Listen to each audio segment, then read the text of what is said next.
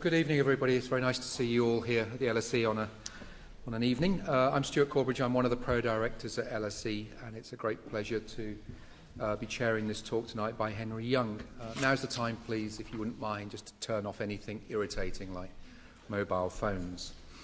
Our speaker tonight comes from the National University of Singapore, as I'm sure that you all know.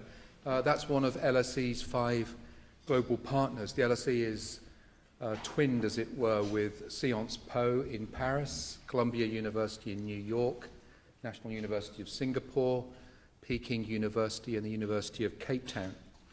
And Henry's talk tonight is the second in a new LSE NUS public lecture series. And the idea of this is really to try and provide a platform in one institution for work coming out of the other institution. NUS was very kind and hosted me back in, I think it was March last year, so it's particularly nice for me to be able to reciprocate tonight and chair Henry's talk. Henry was born in Guangzhou in China, but emigrated with his family in 1979 to Hong Kong and moved, I think, to Singapore in 1988. He did his first degree, a BA at the National University of Singapore, and then took his PhD at the University of Manchester. I'm just talking about this. Henry's part of a very sort of famous group of economic geographers that were trained by, amongst others, Peter Dickin at the University of Manchester. And Henry joined the Department of Geography at the National University of Singapore as a faculty member in 1995 and has been Professor of Economic Geography there since 2005. Most of you perhaps will know something about Henry's research interests. They're focused on the geography of transnational corporations, Asian firms and their overseas operations, and Chinese business networks in the Asia-Pacific region. He's conducted extensive research on Hong Kong firms in Southeast Asia, the regionalization of Singaporean companies, and the emergence of leading Asian firms in the global economy. I actually think that his work is amongst the most productive of all the economic geographers that I've read in recent years, if I can say that as a personal note. Professor Young is the business manager of the Singapore Journal of Tropical Geography. He also serves on far too many editorial boards, I would have thought. I don't know how you have time. But those include Environment and Planning A, Economic Geography and Review of International Political Economy, all top journals. And with Chris Olds, Henry is the author of a much-cited book on the globalization of Chinese business firms. So we're delighted that you're here with us tonight. I understand that you're in the UK for a few days. And Henry's going to be talking on From Regional to Global Players, the emergence of Asian firms in the global economy. Welcome. Thank you.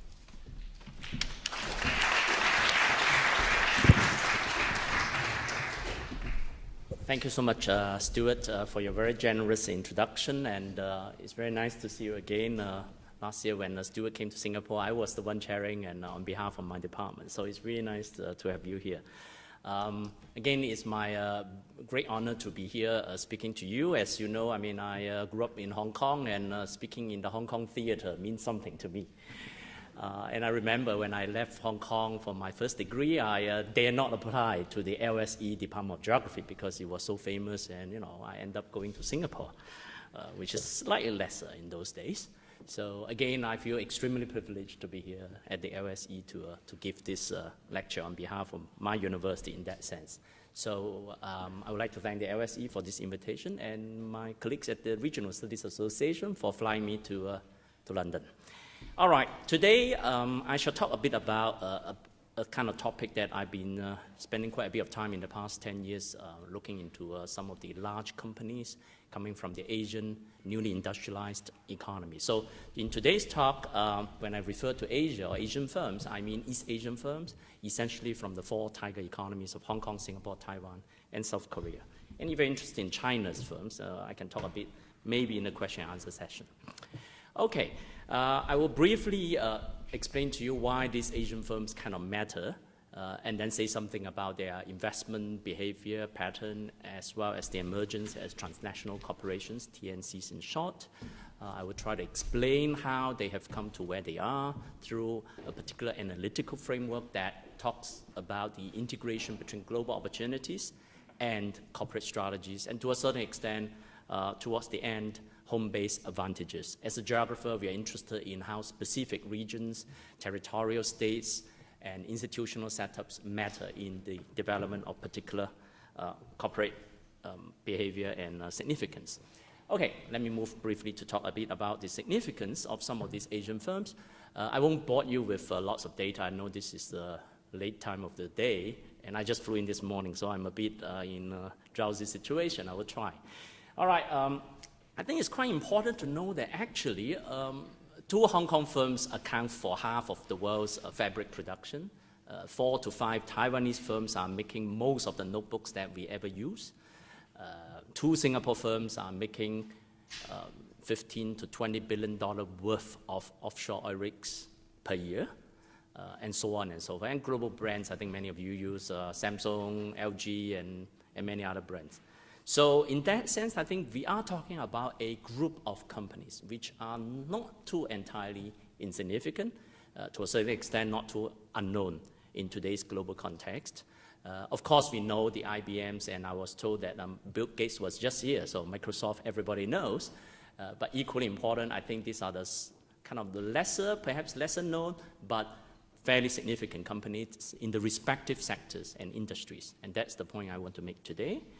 But I think in the understanding of why they came to this global significance in their particular industry and segments, it's important to know that these are not just sort of acquisitions in terms of buying over other companies and then kind of take advantage of the existing assets of those companies, but many of these have grown organically as well in terms of domestic growth and then internationalization and so on and so forth.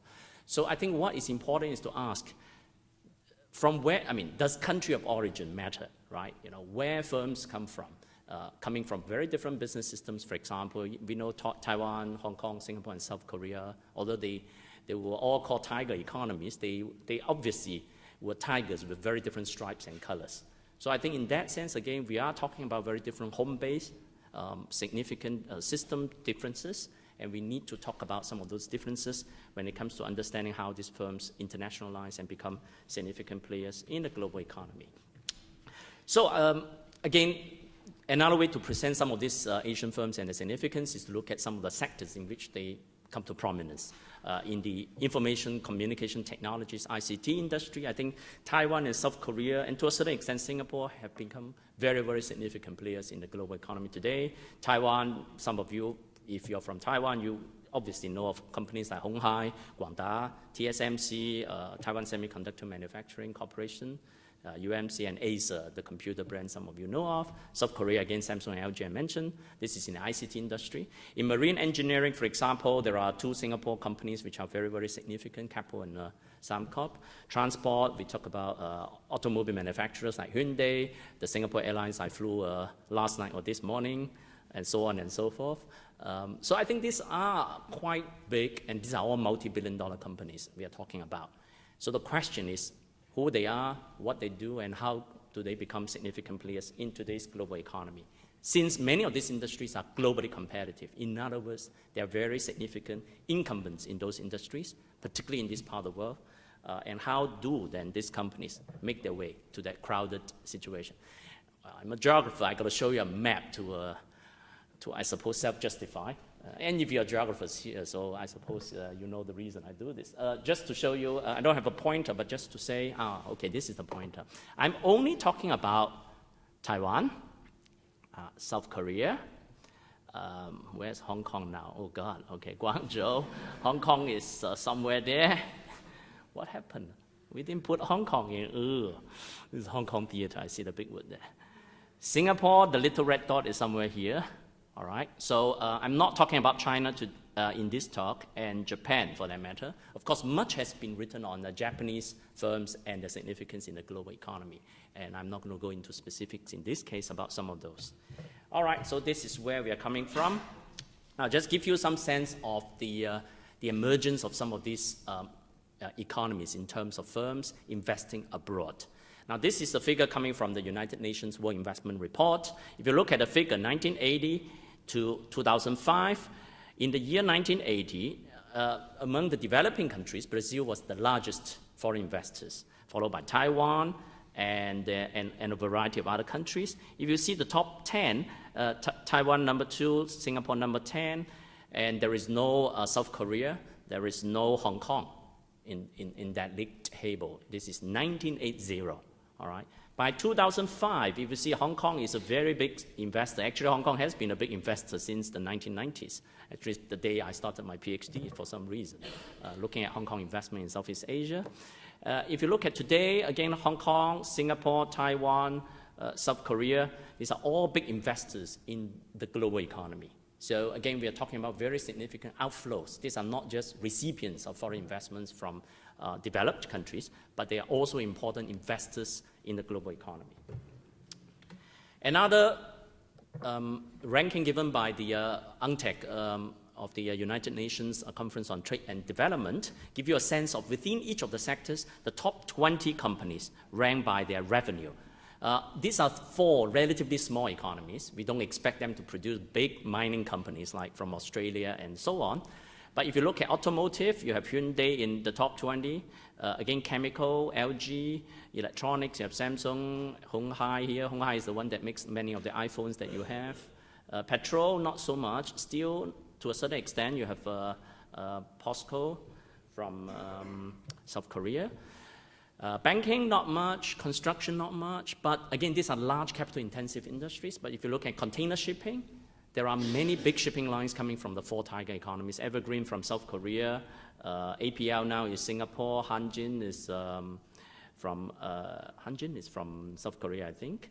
OOCL is from Hong Kong. Yangming from Taiwan. And again, these are all either South Korea or Taiwan or Singapore shipping lines. So if you look at the top 20 shipping lines, plenty are from the 4 tiger economies.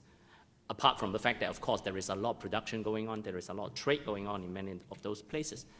If you haven't seen your optician lately, this is the time to test your eyesight. All right, this is the more recent data, 2009, looking at the top 100 transnational corporations from developing countries. I would just briefly say a few words that if you look at some of the big companies, Hutchison Whampoa from Hong Kong, Samsung, Hyundai, LG, Singapore Telecom, Formosa Plastics, Honghai, and so on and so forth. So if you like, among the top 40 largest transnational corporations from developing economies of the world, we are talking about probably half coming from the newly industrialized economies of Taiwan, Hong Kong, Singapore, and South Korea. So again, these are relatively small economies, but significant producers of large-scale corporations. Now, that's the phenomenon I'm looking at today and trying to explain and account for it. In order to do so, I've developed and made use of research both done by myself and in collaboration with colleagues at the University of Manchester, a particular framework we call global production networks. So in that particular framework, we try to link economic activities, and in this case, corporate success, between domestic economies and global industries. The idea is that you cannot account for, if you like, corporate performance by just looking at corporate strategies, as in the management literature, international business studies, and so on. So for example, if you look at the top, typically we look at just corporate strategies. What have these firms done? And that's why they are successful or not. Yeah? So that's one approach. We argue that actually you've got to start with global production networks. You've got to start with global industries and ask yourself, what have been changing? And in what ways those changes create an enabling context, market opportunities, technological upgrading possibilities for these firms to take advantage and, of course, pursue certain corporate strategies, if you like to get it right. But even in the context of firms doing the right thing, global industries are opening up, windows of opportunities available, you still may not make it. Why? Because, again, you may come from the wrong economy in a sense that your domestic political economic setting may be either wrong or bad or not conducive to your participation in the global economy. So I think this triangular framework, well, I mean, it's quite mundane triangular, essentially try to bring together domestic conditions, global changes, and firm-specific advantages, strategies, in order to understand the particular success or failure, in this case, of these NIE economies and their firms. Okay, so let me explain in a bit greater detail. So what do we mean by production networks and what do we mean by global production networks? Now, in the typical global production network, there will be lead firms, firms which are driving a particular production network. These are lead firms, and lead firms are typically from developed countries, whether from the UK or the US or Germany and so on, and Japan. And in our framework, we define lead firms as firms which are able to control the market through either product or market definition, means they can define the market. So typically, you think of Apple as a lead firm, all right? And a whole range of strategic partners that Apple engages with are part of the global production networks of Apple Computer. And in the electronics industry, we have various sorts of terminologies used to define some of those players in, if you like, the global production networks of Apple or HP or Microsoft, ranging from OEM, original equipment manufacturing, to original design manufacturing, to EMS, which is electronics manufacturing service, and many of these different modes of participation in GPNs, global production networks, enable some of these Asian firms to be the strategic partners. These are not just subcontractors that you typically think of, but they are very much key players together with the lead firms that enable the entire, well, some call value chain, to be both efficient, highly productive, and of course, as I will explain briefly here, time to market, extremely important. So what drive these global production networks? What are the key imperatives that enable windows of opportunities to be created? One, as we argue, is cost. Now, of course, we know very well today, products are becoming more complex, whatever products you're talking about, and one singular lead firm cannot do everything by itself. We kind of know that now. And hence, there is a great deal of this integration, vertical specialization of production activities, and hence, there are more opportunities created for other firms to participate in the production of one particular thing that enable, for example, cost to be maintained, relative cost, competitive cost. So in this case, we know of this, and I think there is a whole literature that talks about the new International Division of Labor since the 1980s that talked about relocation of manufacturing activities to developing countries, in this case, East Asia. And of course, typically today we think of China as the global factory, but of course, many of these four tiger economies were there before China was opened up and were the recipient of this relocation of production activities, essentially in search of lower costs of production. So this particular spatial fix is something that we kind of know very well. I mean, typically you think of this as a cost-driven relocation of activities. But I will argue in today's context, cheaper production cost is only one small fragment of the real competitive edge that many of the lead firms enjoy. The other two are equally, if not more important. One is flexibility, the other is to do a time to market. Why? Because I think increasingly, firms are no longer producing massive quantity of the same product, but a much greater variety of products, and hence flexibility in production systems, production value chains become very important. And this is where many of these Asian partners that you will learn about later are important because they're able to cater to this demand for flexibility among the lead firms.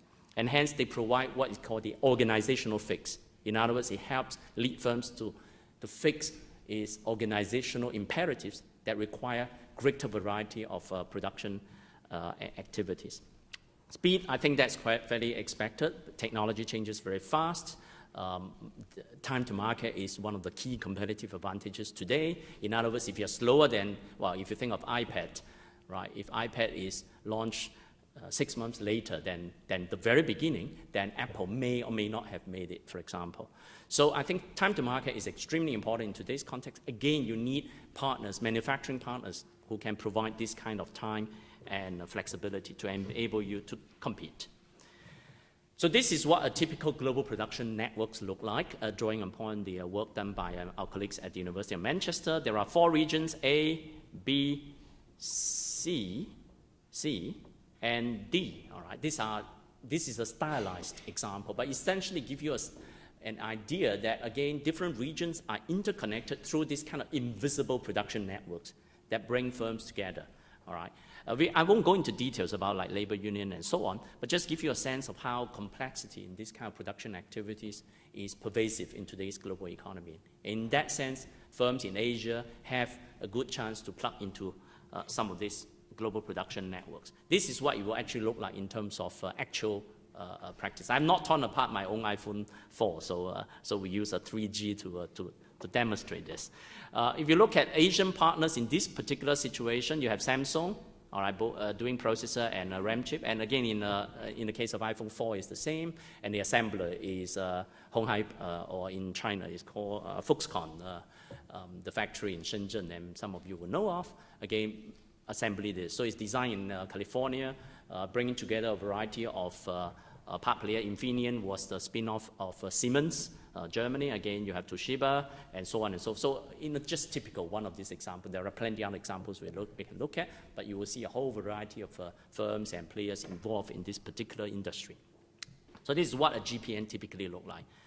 Okay, so how do some of these firms from some of these Asian economies get involved in these global production networks? There are three factors which I think are important that drive this articulation of Asian firms in the global economy.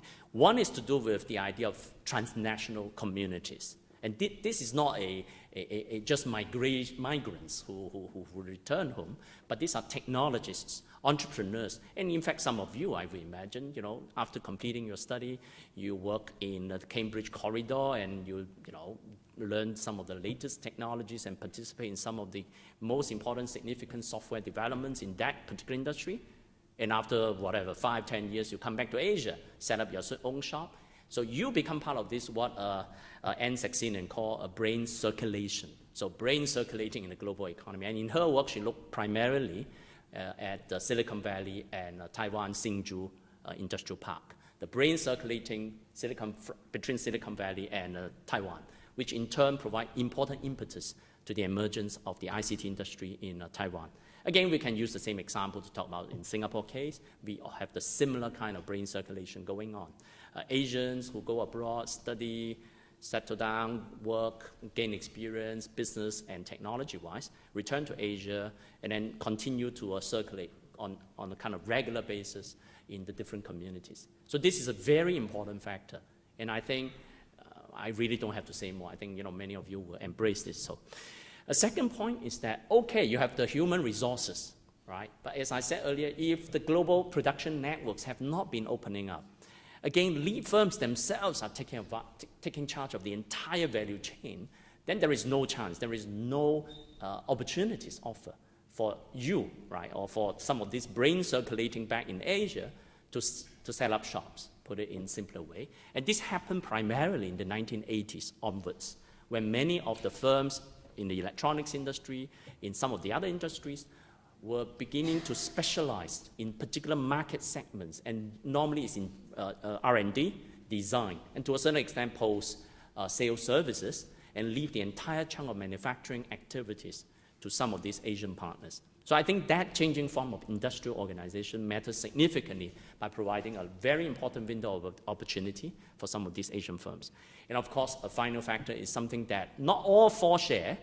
3 of them share quite similarly, which is South Korea, Taiwan, and Singapore. All 3 economies pursue active industrial policy. By that, it means the state intervene in championing through a variety of means certain kinds of industries, if you like. So those industries benefit from state involvements, institutional support, and so on. Hong Kong lesser, and we can go into details later if you're interested.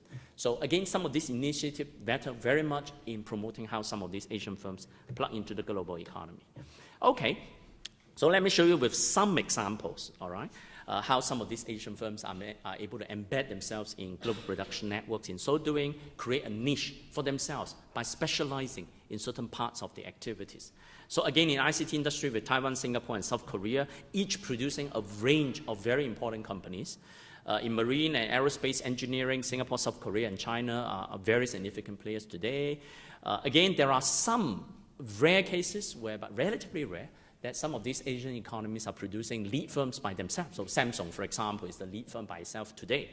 It's not fair to say Samsung is just a supplier, right? Samsung may be a supplier to Apple in terms of the RAM chip, but Samsung is world #1 leader in a couple of major products and industries, in RAM chip making, in LCD production, and so on and so forth. And of course, there are other industries, not just ICT and manufacturing. Give you an example, again, some of these companies, again, I talked about earlier, Foxconn, which is Hong High Precision in its original name in Taiwan. And this is the damn large company. This is not a small-scale company, paying subservience to Apple computer only. I mean, this is a company with $66 billion turnover, all right, which is very near to HP today, with a market capitalization of $37 billion.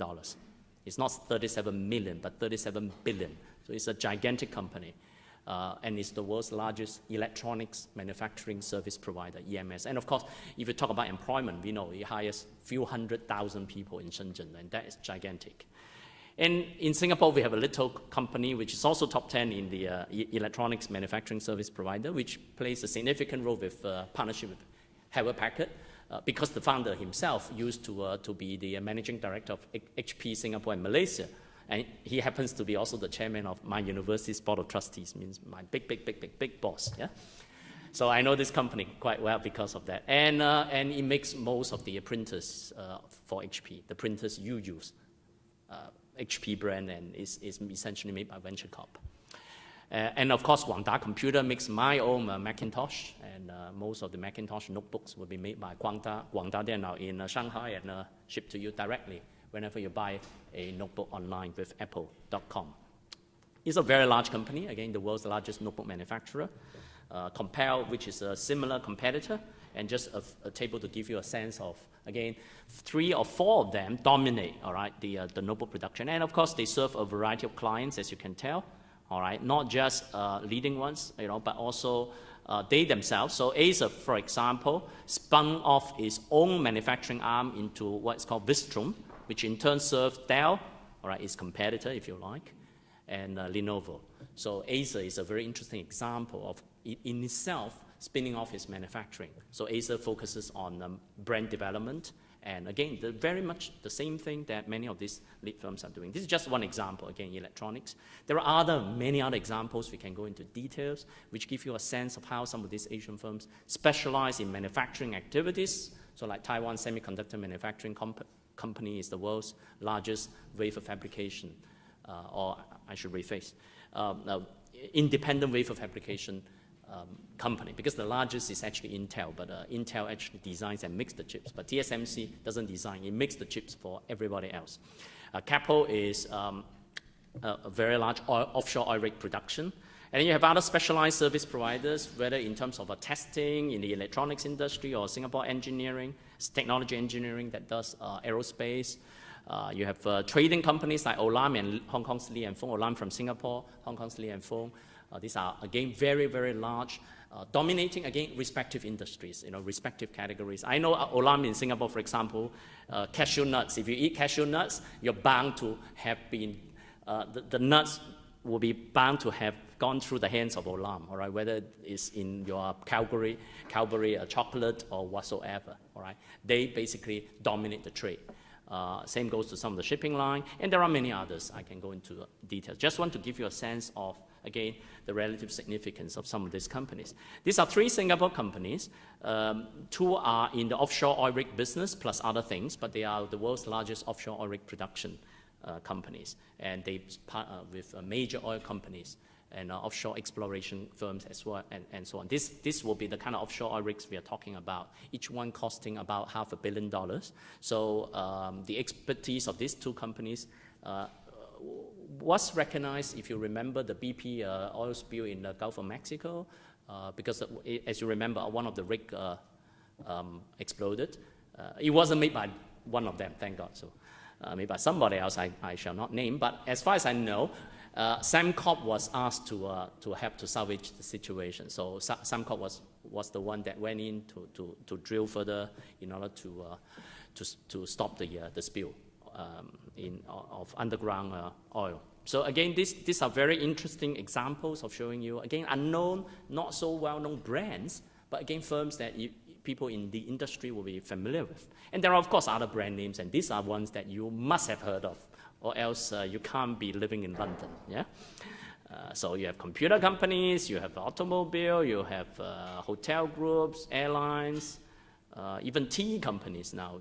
These are acquired entities by some of the Asian firms. So I think I've said enough about some of these firms, and of course I'm painting more or less a more rosy picture. There are some of them which don't do well, which falter along the way, which again we can go into greater details, as you know, the level of abstraction. And again, this gives you a sense of the size and significance. I mean, Samsung is so big now. I mean, it's $138 billion turnover and $100-something billion market capitalization. Even if you look at Hyundai, I mean, presumably, I mean, it's $82 billion sales, which is not too bad compared to General Motors, which is 135. All right. So Hyundai is at least over half of GM's size. But in terms of market cap, Hyundai has greater market cap, has not too far in terms of market capitalization. In other words, how much worth is the company? The same goes to various kinds of companies. So just to wrap up by saying that, okay, I've said something about how reconfigurations of global production networks has opened up opportunities for Asian firms. I've said something about what these firms have done in terms of the various either specialization strategies they have done or partnership that they have developed in relation to their lead firms within certain production networks. Now I just want to focus on the last leg of this triangular framework, which is to do with place matters, geography matters in that sense of the word. Where these firms come from matters, all right? Because, again, the unique institutional, political economic setups in those places play very significant influences. And of course, in this university, you have one very, very influential scholar who has written extensively about this, and he's Professor Robert Wade, as you know, at the LSE. I grew up with his work, when I did my PhD, reading his Governing the Market book. So again, if you look at, the work done by Alice Amsden, Robert Wade, and many others, looking at some of the East Asia, and in the US, you have sociologists, Peter Evans, and they have written quite extensively about South Korea, Taiwan's industrial policies, from the 60s, 70s, all the way to the 80s, and how those policies engender particular industrial champions. They call national champions. And this is what typically we call it a developmental state, a state that is geared towards development, economic development, by pursuing, in fact, active industrial policies to the extent that it's no longer invisible hand, right? Adam Smith calls it invisible, but in the case of the developmental state, they make the hand very visible. You can see it, okay? Because it's right in your face, so to speak. If you don't perform, the state will withdraw its subsidies, incentives, grants, and so on. But this is in the days when many of these economies were still not quite democratic as they are today, and the state and particular person and particular institutional setup had tremendous power and authority in terms of executing some of those industrial policies. And that result in pretty divergent outcomes, all right, among the NIEs. So Hong Kong did not pursue that active industrial policy, and as a result, very few of these major firms came from Hong Kong. Rather, Hong Kong specializes in property development, financial, and so on and so forth. Another interesting point is the idea that since the 1980s, particularly with the development of mainland China, it creates tremendous opportunity for, if you like, inter-regional or intra-Asia interaction among some of the economies, so that there is a great deal of sub-regional integration going on in terms of production systems, and open up tremendous opportunities for some of these East Asian firms, which by the 1980s and early 1990s, will have already occupied a certain market niches. So if you look at Taiwan, for example, Taiwan has successfully established itself in the middle to northern part of China, and to a certain extent southern China as well. Singapore also, we have nearby, what is called the Singapore, Johor, and Riau Island in Indonesia, a growth triangle. Again, some of these external economies which play a role in, again, creating and sustaining the competitive advantages of some of these Asian firms in terms of costs, again, efficiency, and so on. So this is the kind of unique advantage and situation that some of these Asian firms benefit from. Finally, I just want to say something about the organizational aspects of some of these Asian firms. Again, this comes out of my own interest in studying what's called ethnic Chinese family business. Quite a large number of these firms, even Korean firms, were family businesses. Family businesses, we know, yes, have some problems and advantages. I'm sure some of you are sent here by your family members, right? By your father or your uncle or whatever to do your study, and one day go back to serve the family firm, right? Okay. So we have family firms which go wrong after 3 generations or even 2nd generation, right? But equally, I think in the case of some of the ones that survive and have done well, there is a particular uniqueness in family business, which is to do with the idea of longevity, right? I mean, the idea of family business is to make sure that it lasts generations and generations. Again, I'm not saying that family business is unique in East Asia, all right? I mean, we have Italian firms which have lasted 12 generations. I mean, there is a whole federation of family business networks, I know, and the longest is Lombardy, apparently. It's like 13 generations now, all right? So the point is this phenomenon is not unique to East Asia, but many of these East Asian firms tend to be family businesses. And hence, it holds a kind of longer-term investment horizon. And because of that, it's not subject to the usual quarterly capital market constraints that typically Anglo-American firms face today. Quarterly report, and hence, again, short-termism in investment horizons. There are others which are non-family based, but again, conglomerates which benefit from, again, intra-group subsidies, cross-subsidies of one division which may be domestically oriented, be able to extract good profits to cross-subsidize its internationalization, and hence outcompete some of these competitors in the global economy. Again, we can go into specifics, but just want to say at a kind of broad scale, we can see some of these dynamics going on. So in conclusion, I just want to say that if you look at this lecture so far, it seems that you cannot boil this particular phenomenon down to a singular factor. Now, I know, in the social sciences, we like to find the most important determinant, right? The most statistically significant factor or whatsoever.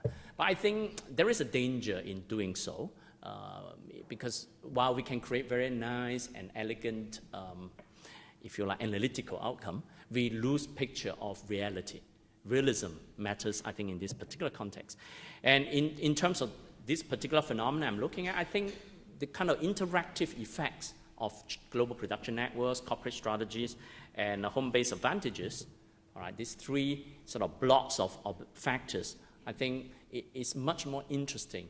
And if you situate it within a particular historical and geographical context, will give you a much better analytical grip on the phenomenon. And I think that's the kind of theoretical implication I want to push in today's context.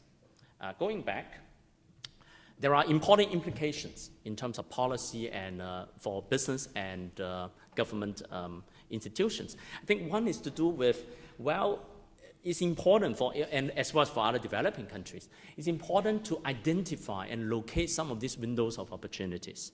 And hence, it's important not to just pursue industrial policy blindly, but to see what sort of global industries are opening up and creating opportunities. In so doing, hit it at the right time, and timing is important. Second is to build up competencies. Many of these East Asian firms wouldn't have made it if it did not have the technological and or organizational competencies. I think that is a very important factor. And many of the times, of course, when business is good, you just keep doing it. You just keep growing without, again, consolidation, thinking of the competencies that you have to take the firm to the next lap. So in that sense, I think, again, it's important for particular business communities to think of the competencies and capabilities when they try to compete in the global economy. And of course, finally, the entrepreneurs are very important.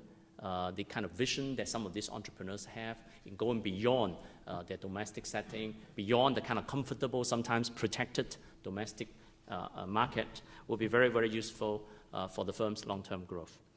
Okay, I just want to end by saying that, despite all this, there are problems, there are pitfalls, there are obstacles when some of these firms go into the global economy, sometimes over-diversify, all right, and do things that they do not have really the necessary competence.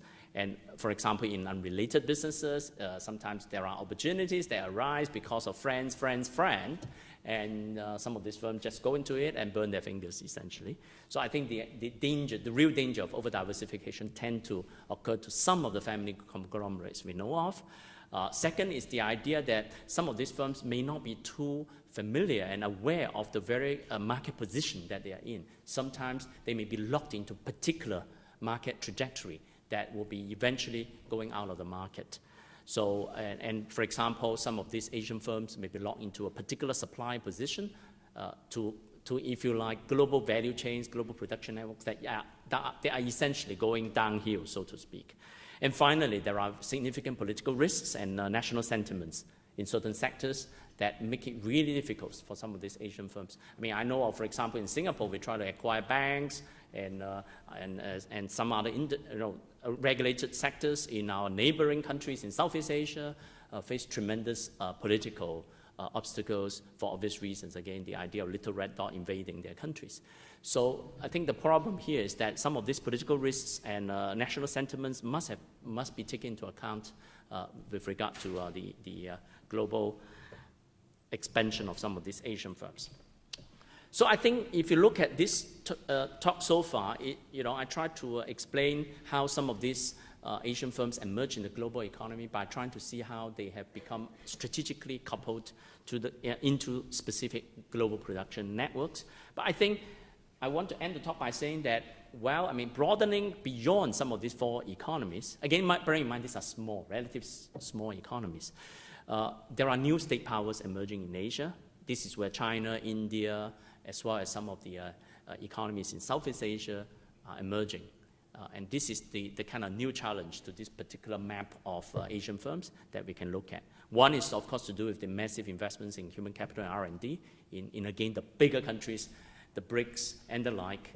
Another is to do with the rise of the sovereign wealth funds that some of these economies, and of course, if you think of the Middle East as well, have tremendous national wealth that is locked into particular financial institutions known as the SWFs, and some of these sovereign wealth funds have a very different way of engaging with global firms. And I think that is also a topic that will become very significant, and some of you I know is interested in that topic. So on that note, I shall end. Thank you very much.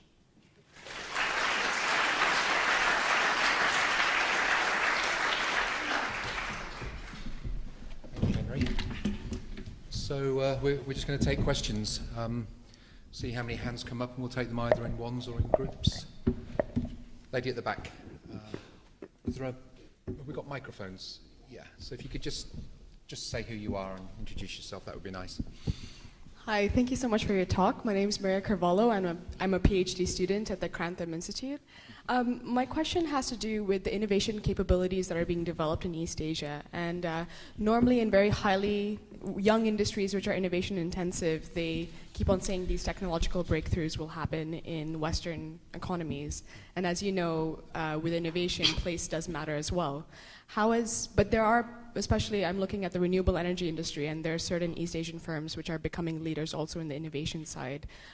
How has industrial policy or different capabilities being developed in East Asia to help these firms become innovation leaders? Thank you. Perhaps take one more. There's a gentleman here. Yeah. Thank you. Hello, I'm Adiwan. I'm a PhD student at UCL. I want to ask you about the role of research and development in Asian firms. Are they as large as European or Western based, or it's just only a supplier for, it's only part of the value chain or the supply chain from the Western firms? Thank you. Take those two. Okay. Now, I think the first question has to do with how does industrial policy in some of these East Asian countries or economies matter when it comes to, for example, the renewable energy sector. And I think you're probably thinking of China as well as Taiwan. Okay. Now, I'm not too familiar with the industry. I know China is putting a lot of resources into renewable energy, and for example, in wind turbine manufacturing is already. I was in the Basque Country recently in Spain. I know they are also very big in this technologically, but size-wise, China is coming up very quickly. And in these kind of industries whereby the return is not immediate, but capital investment is big, the role of the state matter a lot. And again, this is the time when, if you like, domestic states that are reasonably well endowed financially can make and break in terms of the way in which some of these firms emerge. So I think the advantages that some of these East Asian countries' economies have. Again, sometimes I use countries' economies a bit tricky because I've got Taiwan here and then Hong Kong and all these economies. Countries, I'm a bit confused. So, so I would say in terms of innovative capabilities-wise, industrial policies matter particularly in industries that are fairly new to some of these economies. All right, for example, in the electronics industries today, industrial policy is not going to matter already, because I think in many of these economies, it seems to me that the leading firms in the ICT industries are themselves global players. They do not need the home governments to tell them what to do. They don't even need them to provide finance, because they've got more than enough finance in terms of accessing to London and New York to place their shares and bonds. So I think in that sense, new industries like renewable energy will benefit from industrial policies. And I think in a way I can see the same in Singapore's environmental engineering kind of industries. Again, we put in tremendous in that sense. The second question from our visitor at UCL is to do with the size of some of these Asian firms. Are they playing subservient role to European firms in the same sector, for example? Now, again, the tricky thing is that, again, we can't brand all European firms as European firms. European firms have tremendous differences.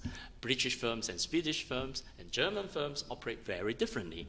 There is a huge literature about different business systems, or we call it variety of capitalism literature, that says and tells very distinctive stories about the relationship between some of these presumably European firms and their home capital markets, home banking system, and home political institutions. So in that sense, I think, first of all, I will deconstruct what European firms mean. Second, to say, yes, there are, of course, some very large European firms in certain industries. So Siemens is very large. It covers a variety of industries. But Siemens is no longer very interested nor very competitive in the ICT industry. It just can't really compete in the longer run. It has to exit some of these industries. But Siemens is making the trains. We can't really make trains very well, all right? China is trying, but as you know, it's not easy, all right? Making high-speed trains. Siemens can do this job very well. And in Britain, again, you have some of the leading world's companies in many fields. So I think, if you like, the world is big enough for many different kinds of firms, and I do not really see European companies as particularly dominating in all industries, nor American firms, for example. But I think, and mind you, I've not even talked about Japanese firms. And Japanese firms in some of the sectors are extremely competitive and dominating in the global economy. So. Yeah, there's a gentleman at the back and then a lady there, I think. See anybody right that side? Toby Chambers, WeCare Foundation. I'm going to set a little challenge for you, actually, because looking at your experience from Asia, what would you recommend if you were advising Greece on how to revive their economy? What would you say to them? Because it does appear to me that one particular issue is this developing sort of global network partners, and that's where probably Greece hasn't really is failed quite dismally on that score. And also on a kind of political front, there's been a lot of issues with trying to keep Greece actually into the euro, but long term, is that policy really beneficial to Greece itself? Hello, I'm Carol Look, who's a master's student here at Geography. My questions is concerned about the survival of the small and medium-sized enterprises in Asia, especially in Hong Kong and Taiwan, which they have actually contribute to the majority of GDP there. In your talk, you talk about how the big Asian firms being able to specialize and move up and take advantage of the global production network. But how about those small SMEs firms in Asia, which lack the capital to invest in R&D and which lack the capitals to invest in technology, and they remain themselves at a very lower part in the global value chain? So I'm just wondering, what's your view on the survival of these SME firms in Asia? Thank you very much. Thank you. both questions are to do with, if you like, economic advice. All right, I should set up a consultancy company maybe. But we geographers don't generally do it, except Richard Florida and so on. Okay, the first question is to do with advice to Greece. And I mean, I don't really know too much about Greece. I know it's facing tremendous challenges right now. But I think the general story I can relate to is to say that, first of all, don't give up manufacturing. But it's a bit late because even Britain has given up quite a bit of manufacturing. Because once you have given up, the skills, the assets are going to be very hard to be redeveloped. So I think that, again, I have no big idea about the transformation of the Greek economy over the past, say, 50 years. Yeah. So I don't exactly know what the Greek economy looks like, so to speak. But I would imagine that, I mean, I don't know of too much manufacturing capability, for example, out of Greek companies. Maybe it's just a wrong impression. I don't know of many global industries that Greek firms have a big role in, with, of course, exception. I know of shipping. Greek companies are very strong in shipping. I don't know what others, industries. So I think, again, I'm not, giving advice on finance, monetary policy and so on, and hence what to do with the Eurozone matter. But I think, to be connected to global production networks and play a role in that value creation and retention process, every partner, every locality must bring value to that. And either through having a market or, and in this case, Greece doesn't have the size of a huge market, or bringing technologies and expertise. Again, that part of it will be something that, again, having continued manufacturing presence will again create that possibility. So I think I really don't have anything very concrete to offer except to say, well, maybe perhaps it will be better not to be too deindustrialized too fast. I think that's the danger that many European economies are facing. I mean, Germany is doing well primarily to a certain extent. That is manufacturing capabilities remain as strong as ever. And Japan is the same, right? The manufacturing capabilities in these two economies are extremely powerful, and so on and so forth. And the second question is to do with small and medium enterprises. And I think she's extremely right that in both Hong Kong and Singapore, it's said that the SMEs are the backbones of the two economies, which is true. In today's talk, I focus on the large firms primarily because these are firms that have entered into global industries and outcompete their competitors from all over the world. So, many of them actually are very well integrated within their domestic production systems, and hence that's where many of the SMEs play a very significant role in supporting some of these large East Asian firms. What can we do to help some of these SMEs? Now, this is again a tricky question because every SME in every part of the world will want more help, one way or another. You go to America to ask an SME, then he or she or they would like Obama to provide some particular technical and financial support. If you go to, of course, in East Asia, we have plenty of SMEs. I think it's always a tricky question, how much can the state help? All right, the state can help through perhaps some kind of technological and human resource upgrading programs. I know in Singapore we have a relatively successful what is called a LEAP, a local industrial upgrading program, I think it's called. That the Singapore government tried to link up SMEs in Singapore with foreign firms that come to Singapore, and in so doing provide incentives, whether financial or tax, to enable some of these local firms to be able to move up, all right, the value chain in order to be, if you like, preferred supplier partners of some of these foreign firms. And eventually they grew. I know one very exact example that started off as a SME supplying to Seagate, which is the world's #1 hard disk drive manufacturer, which has had huge investment in Singapore, to make its base plate. You know, every hard disk has a base plate. The plate has to be precision engineered, and this firm started small, supplying to Seagate as one of the many suppliers. Eventually, it did very well, grew very successfully, of course, borrowed more finance from the state, and eventually now become public listed firm that actually supply the vast majority of Seagate's hard disk drive base plates. So in that sense, I think there is a trajectory for SMEs to grow. But I think the question is, partly the favorable role of the state in terms of support, as well as, again, the entrepreneurial visions of some of these SMEs. I think that's important. Yeah, in the front. And the gentleman at the back, yeah.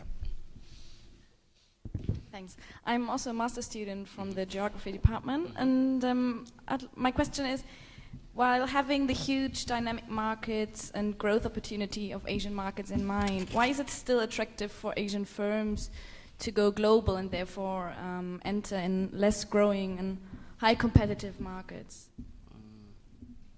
Good. So right at the back, please.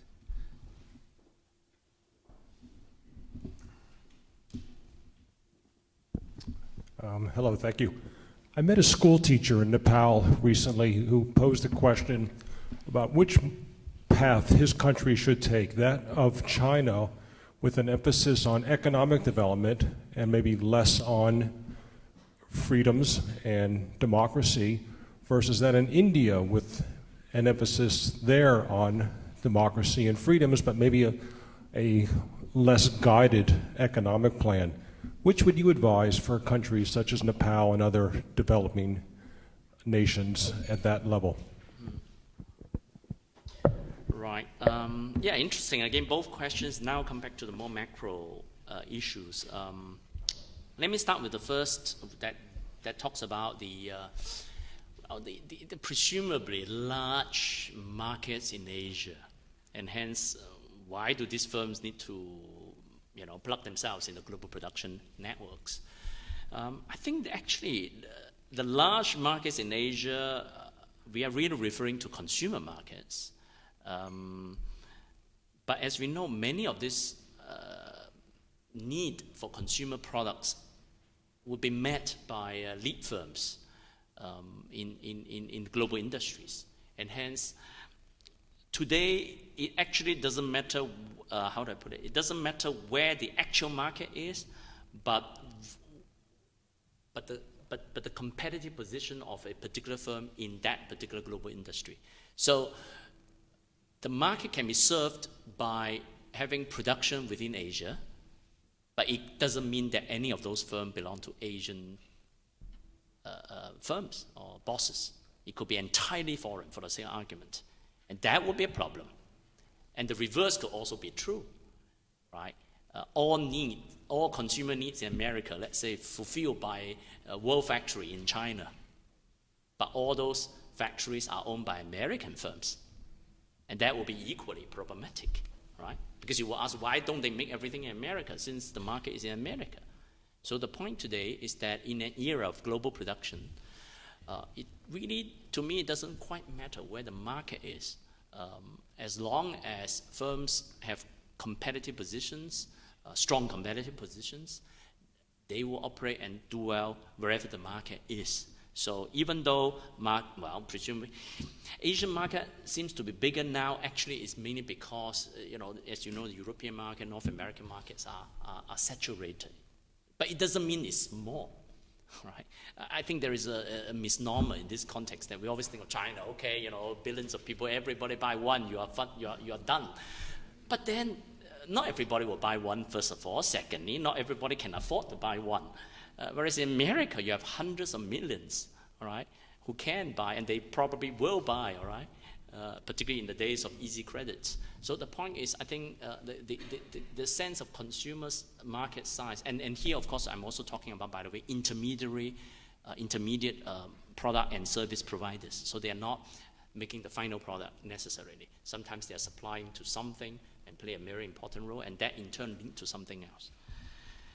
The next question that deals with economic growth versus freedom, so to speak. Which should come first, and what sort of choices should states make? Well, as we know, I come from an economy that chose restriction but good economic growth for a long period of time until fairly recently, okay? So, which is Singapore. And I think there are always pros and cons, right? We only know after it has happened, right? So we can have, of course, the Philippines, for example, another good example, pretty democratic since Marcos days, but the economy hasn't been moving very well. India, some might say, is another example vis-a-vis China. But what if China goes wrong, right? What if China actually goes wrong in the next 5 years? Do you know what will happen? I don't know what will happen. It's too big a case, so to speak. So I think, every country has its own, if you like, historical trajectory. It's very hard to say which is necessarily better, because the better can only be known as an after effect. So we in social science typically study backwards, right? Something has happened, like I've just explained something backwards. I can't tell you what will happen in the next 10 years, except certain part of social science, which is predictive. But I'm not into that part of the predictive part. I can only say that the choice is really in the particular polity, means the particular citizens, the particular ruling coalition and political entities in that particular countries. Foreign, our advice can only be giving different cases of possible trajectories and how some of this can be mixed in a way that it may work. But again, it's a kind of go a little, kind of Deng Xiaoping style, talk about move two steps ahead and then one step backwards in order to kind of, not go overboard. So I don't see, it will work again today, for example. Another China can work. So Indonesia, for example, is a lot more democratic today. But then again, because of that, I would say it's not necessarily because of that, but the economic trajectory is not the same as China. I think that's quite clear. Yes, we've got 2 questions here. My name is Michael, and I'm a third-year student studying business and marketing at Middlesex University. I just wanted to ask, what role does marketing play in Asian firms as compared to UK firms? Is it as prominent as it is in UK firms in Asia? Just right behind you. Hi, I'm Henshin from Geography Department here at the LSE. Because you mentioned Samsung, one thing I'm also aware of regarding Samsung company is it's very big and very big global player, but at the same time, it's known for, well, not very well to outside world, but within Korea, it's known for very oppressive policy in regard towards trade unions. So it's one of the big companies in South Korea where the progressive trade union movement is simply not allowed by company policy.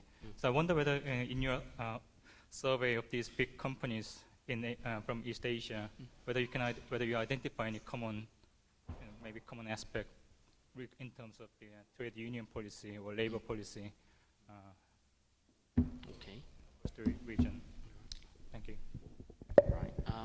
The first question is to do with role of marketing in Asian firms. I think the idea of marketing was not really well known among Asian firms until really perhaps the past 15-ish, 20 years. Before that, of course, first of all, before that, many of these economies were very much developing, kind of still industrializing. So making a living was the first step. And hence the idea of marketing, developing brands came much later. So it's really, the past 10 years, many of these firms talk about the worth and value of their brands. So if you think of Samsung again, okay, so it ties to the question number 2. The marketing side, Samsung has done very well now today in Taiwan. Taiwan has a sort of a famous, international brand program. The government tried to invest in helping some of the firms to develop global brands. So I think this idea of marketing and branding becomes very significant in the past 10 years. Primarily, again, with the same idea that once you have grown to be very competent in certain part of the market segment, you want to take over the role as lead firms. Lead firms are the firms that design, right, markets and products, and hence they control the brands as well.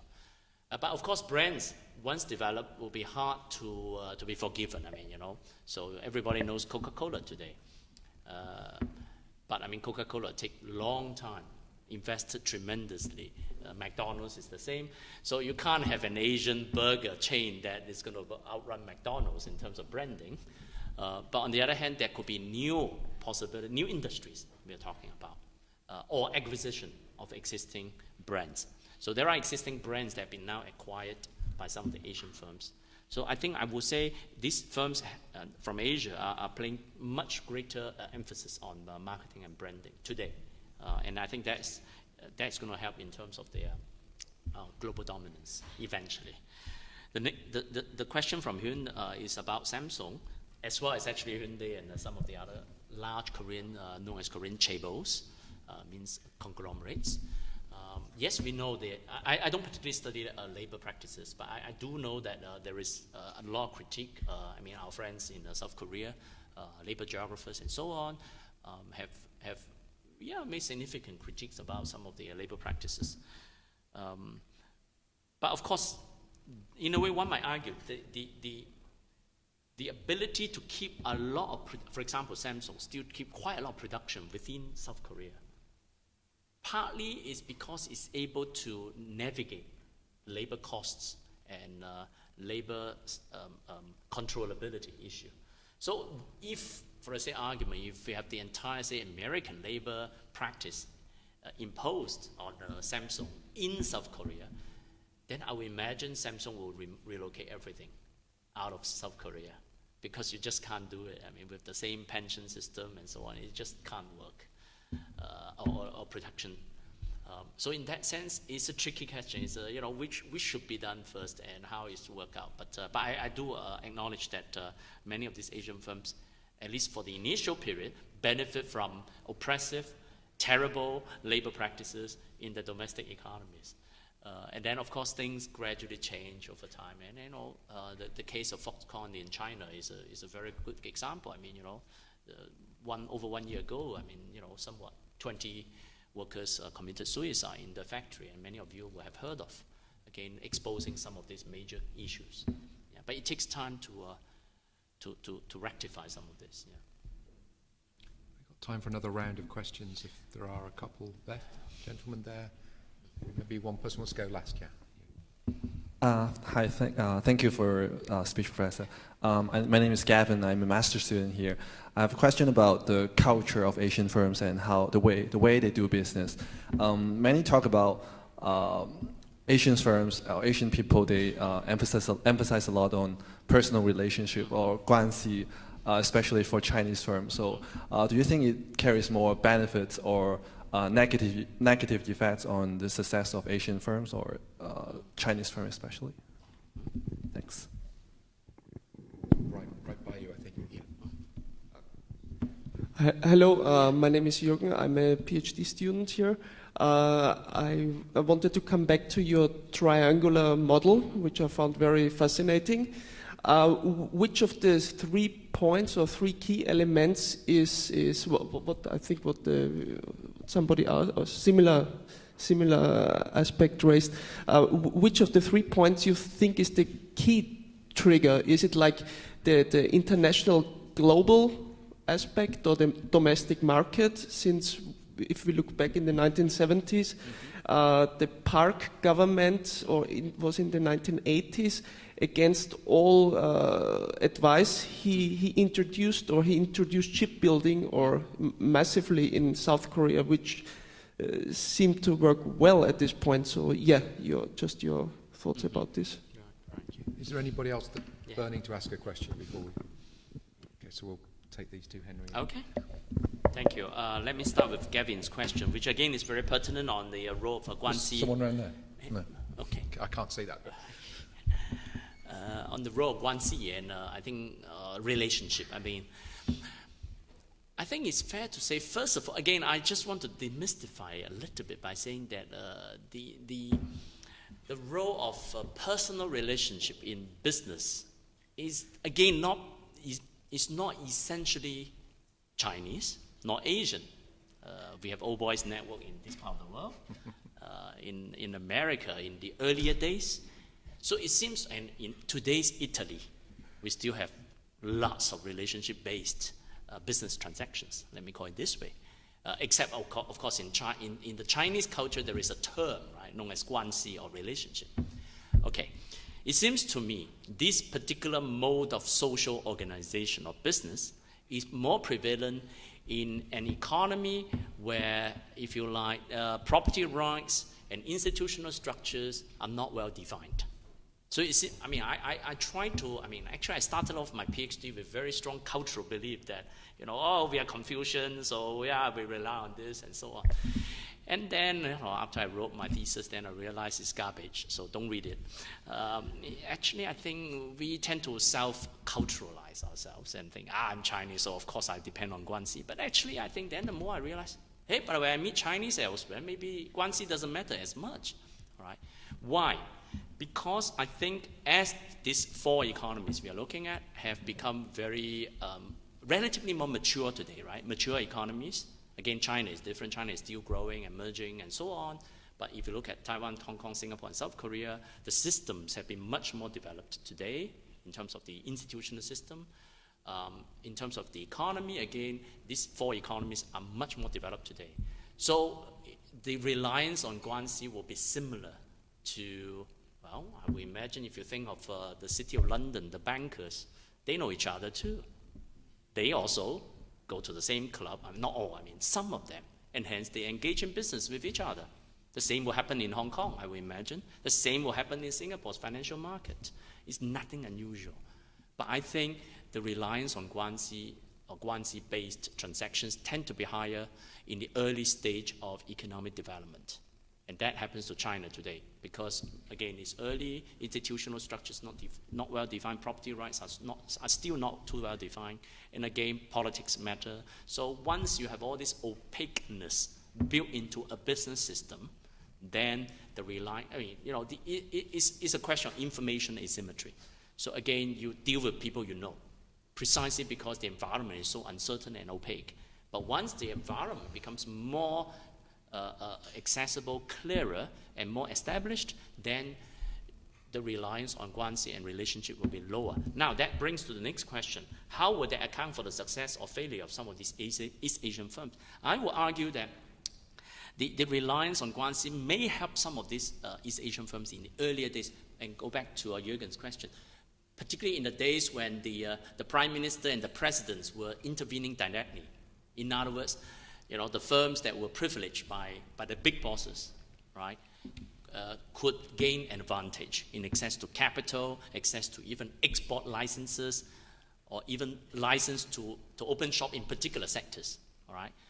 However, today, this is not going to work. First of all, those politicians are fairly elected in most cases, so they can't really go into this in the way that Park Chung-hee could have done it in his time in Korea, or the same during Kuomintang day, well, still Kuomintang today in Taiwan, but in the early days of Chiang's era of Taiwan, and in Singapore case is again quite different. So I would say today the reliance on guanxi will not really help some of these East Asian firms anymore, actually, because today is the technological competency, the organizational capabilities, and so on that help some of these firms to become strategic partners of global firms.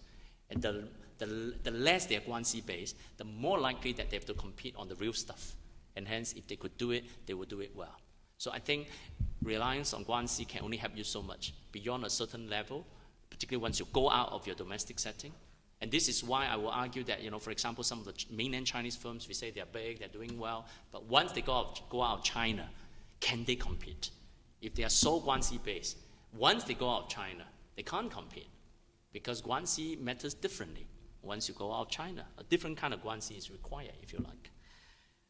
And hence, going back to finally Jürgen's question about which of the three in the triangular framework is the key trigger. I think if you look at it historically, I will say is the domestic economy that was the first trigger. That if you like, if the domestic, essentially the developmental state did not pursue the right policies, many of these firms wouldn't have their initial impetus.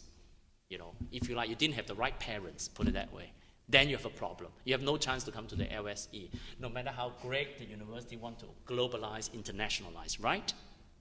If your parents didn't make it, you have no chance, unless you give them a scholarship, so to speak. That's the window of opportunity, right? But then you must be willing to do it. Instead of going Harvard, you come to LSE. Or instead of going NUS, you come to LSE, right?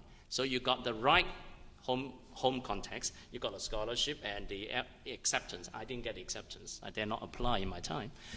And then you make a choice, strategic choice, coming to the LSE, right? So I think home matters first, followed by the window of opportunity. You are the last. You have to make that final choice. So if you have to force me to come to one factor, so thank you.